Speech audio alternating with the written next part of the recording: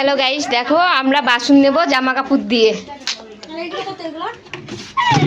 এই দেখো বাসন বিক্রি কে করতে কি নিচ্ছে, দেখো বাসন বিক্রি করতে আসছে, গামলা বালতি। এইটা কত? এটা 150 টাকা দাও। 150 টাকা। এই দা তুই কাপড় কি দিবি? আমি 50 টাকা দিছি। বালতি কেন দিবি তুই? হ্যাঁ ওই গামলা দে একটা। গামলা না কেন দিবি না? দুই কাপড়ে তোকে দিতে হবে।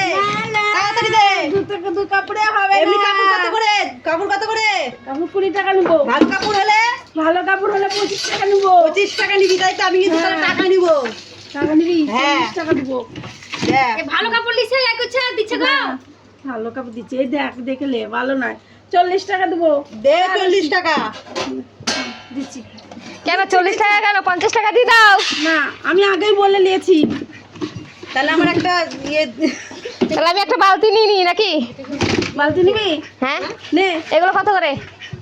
নিচের এগুলো 80 টাকা, এগুলো যা লিখি সব 60 টাকা। এখানে যা আছে সব যা আছে সব 60। এটা নিলা এটা ছোট বালতি, এই দেখো ছোট বালতি 60 টাকা। 10 টাকা দাও। কত বলছে এটা? 60 টাকা বলছে। তোর জন্য আমি 10টা চুরি করতে যাবো? তাকে 10টা থাকতে তোকে 60টা দিতাম নাকি? নাইজেরে নাইজেরে মানে ব্যবসা করছে বা নাইজেরে? তোদের সাথে করছি, কার সাথে তো করতাম না। সেটাই। আর ওই টাকাটা কোথা থেকে নিয়ে আসলি?